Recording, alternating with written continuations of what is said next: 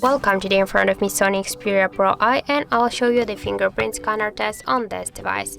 So a couple of seconds ago I just activated the fingerprint scanner here on the power button of this device, and now I'll make a couple of tries to unlock the device and we'll see how fast and useful this feature is. So I'll just make 5 of tries. Let's go. 1, 2, 3, 4, 5. So as can you see, the fingerprint scanner works really fast, and I just simple touch the power key button here. So let's see. I just don't use here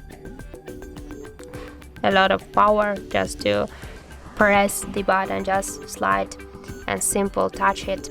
So the fingerprint scanner works really fast, and if, for example, if you don't like some methods like the passcodes or pin codes, you can try the fingerprint scanner here, but don't forget that the fingerprint is less secure than the pin code or passcode. So that's it. Thank you for watching, and if you find this video helpful, don't forget to leave a like, comment and to subscribe our channel.